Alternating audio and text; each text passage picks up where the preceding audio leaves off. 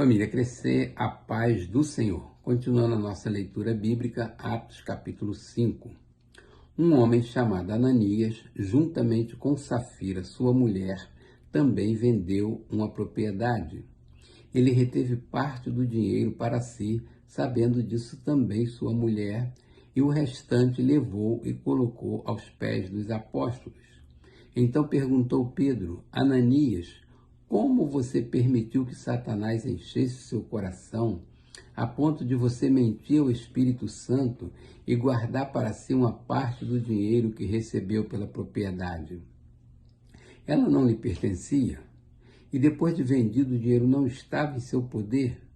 O que o levou a pensar em fazer tal coisa? Você não mentiu aos homens, mas sim a Deus. Ouvindo isso, Ananias caiu e morreu. Grande temor apoderou-se de todos os que ouviram o que tinha acontecido. Então os moços vieram, envolveram seu corpo, levaram-no para fora e o sepultaram. Cerca de 3 horas mais tarde entrou sua mulher sem saber o que havia acontecido. Pedro lhe perguntou: diga-me, foi esse o preço que vocês conseguiram pela propriedade? Respondeu ela: sim, foi esse mesmo. Pedro lhe disse: por que vocês entraram em acordo para tentar o Espírito do Senhor? Veja, estão à porta os pés dos que sepultaram seu marido, e eles a levarão também. Naquele mesmo instante ela caiu aos pés dele e morreu. Então os moços entraram e, encontrando-a morta, levaram-na e a sepultaram ao lado do seu marido. E grande temor apoderou-se de toda a igreja e de todos os que ouviram falar desses acontecimentos. Os apóstolos realizavam muitos sinais e maravilhas entre o povo. Todos os que creram costumavam reunir-se no pórtico de Salomão.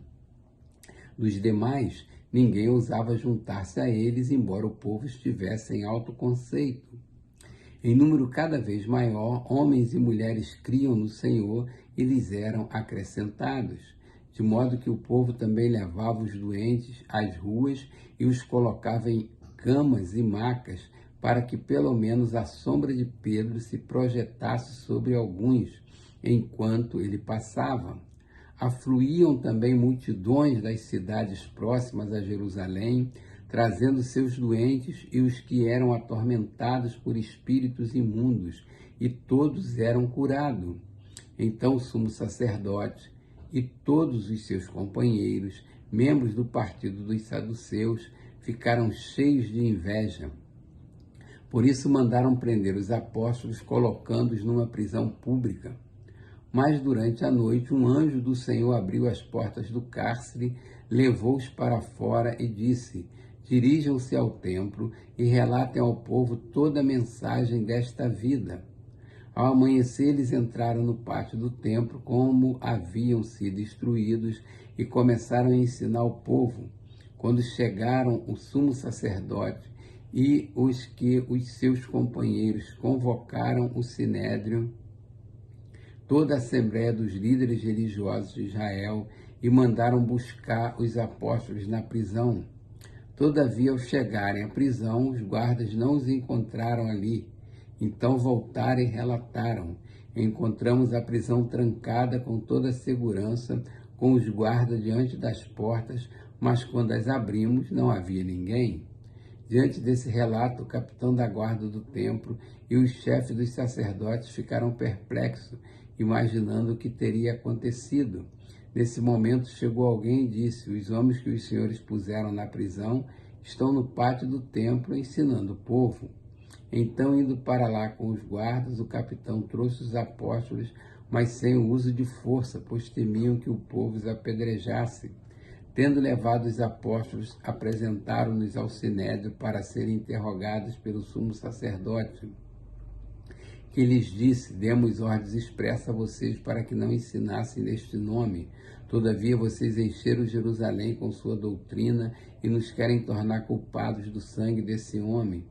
Pedro e os outros apóstolos responderam: é preciso obedecer antes a Deus do que aos homens.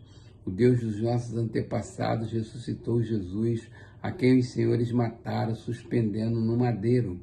Deus o exaltou, colocando-o à sua direita como príncipe e salvador, para dar a Israel arrependimento e perdão de pecados.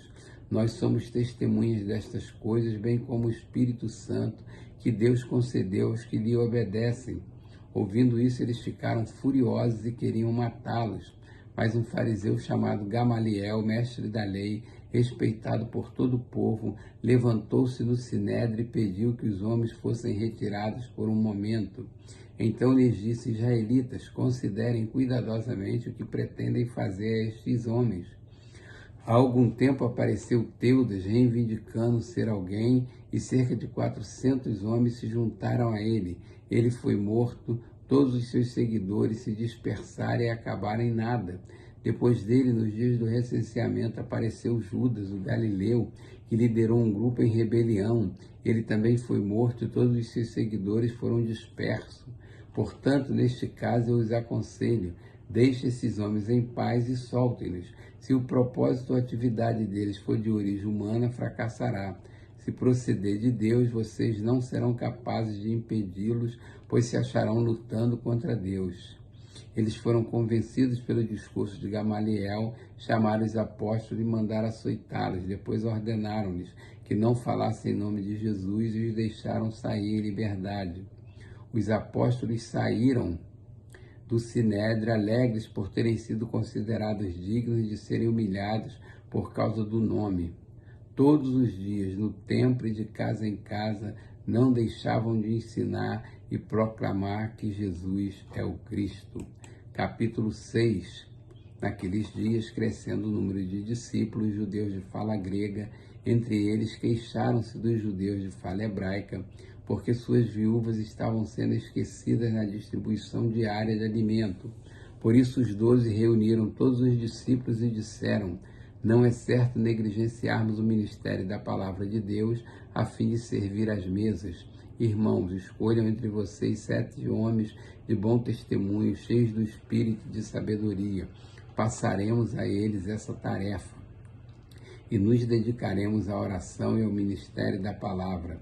Tal proposta agradou a todos. Então escolheram Estevão, homem cheio de fé e do Espírito Santo, além de Filipe, Prócoro, Nicanor, Timon, Parmenas e Nicolau, um convertido ao judaísmo proveniente da Antioquia. Apresentaram esses homens aos apóstolos, os quais oraram e lhes impuseram as mãos. Assim a palavra de Deus se espalhava, crescia rapidamente o número de discípulos em Jerusalém, também um grande número de sacerdotes obedecia à fé. Estevão, homem cheio da graça e do poder de Deus, realizava grandes maravilhas e sinais entre o povo. Contudo, levantou-se oposição dos membros da chamada Sinagoga dos Libertos, dos judeus de Cirene e de Alexandria, bem como das províncias da Cilícia e da Ásia. Esses homens começaram a discutir com Estevão, mas não podiam resistir à sabedoria e ao espírito com que ele falava. Então subornaram alguns homens para dizerem: ouvimos Estevão falar palavras blasfemas contra Moisés e contra Deus. Com isso agitaram o povo, os líderes religiosos e os mestres da lei, e prendendo Estevão, levaram-no ao sinédrio.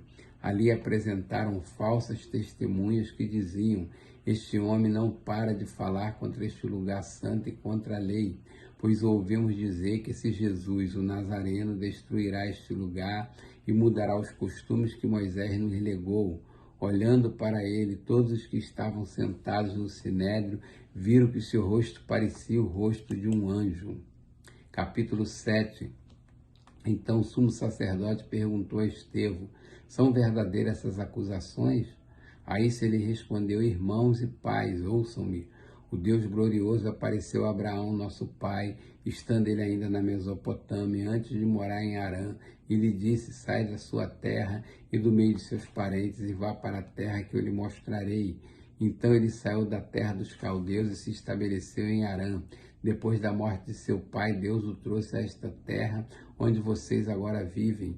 Deus não lhe deu nenhuma herança aqui, nem mesmo o espaço de um pé, mas lhe prometeu que ele, depois dele, seus descendentes possuiriam a terra, embora naquele tempo Abraão não tivesse filhos.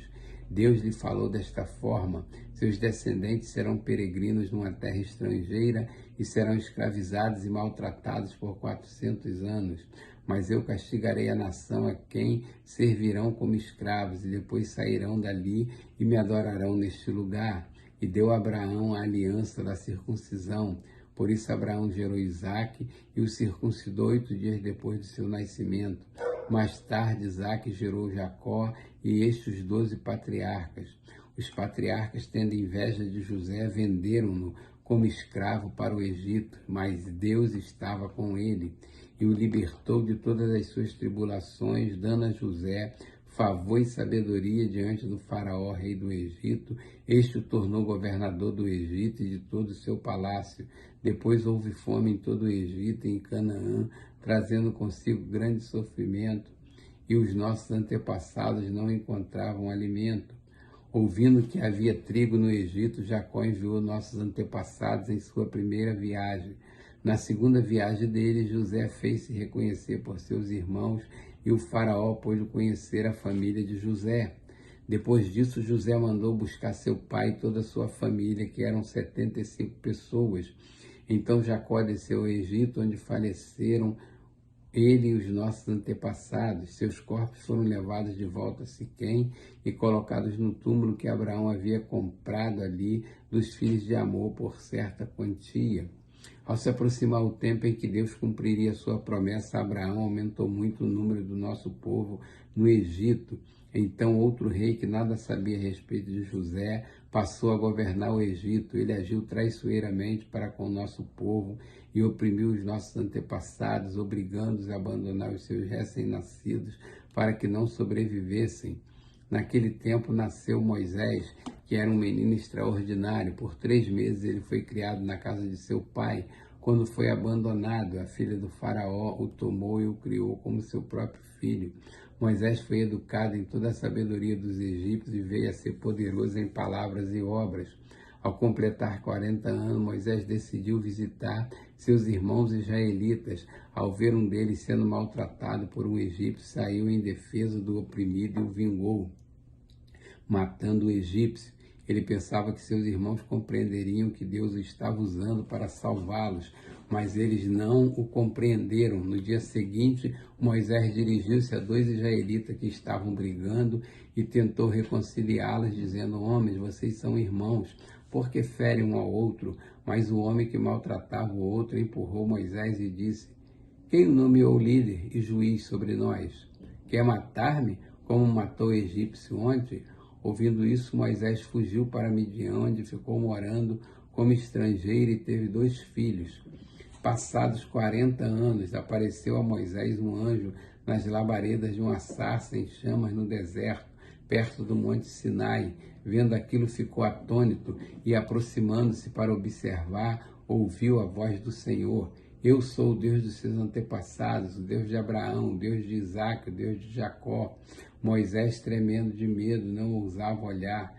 Então o Senhor lhe disse: tira as sandálias dos pés, porque o lugar que você está é terra santa.